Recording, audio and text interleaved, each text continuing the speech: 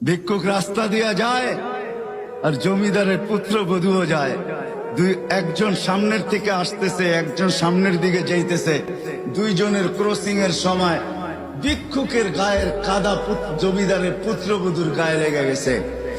সে দুনিয়া আন্ধার করে ফেলছে, স্বামীকে টাইকা নিয়ে আসছে, বলছে ভিক্ষুক আমার কাপড় নষ্ট করে দিছে। সে শুধু ভিক্ষুক ছিল না, বৃদ্ধ ছিল। বৃদ্ধ ছিল না শুধু, জীর্ণ ছিল, শীর্ণ ছিল। শরীরে কাপড় ছিল না, ফাটা চিরা কাপড় ছিল। পায়ে জুতা ছিল না, পেটে ভাত ছিল না।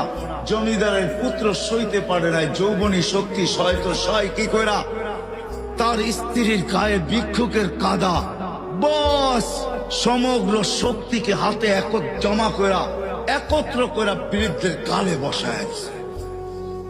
বৃদ্ধ কিচ্ছু বলে নাই, শুধু উপরের দিকে তাকায় দুই তিনটা শব্দ উচ্চারণ করছেন। শব্দগুলা হলো ইয়া আল্লাহ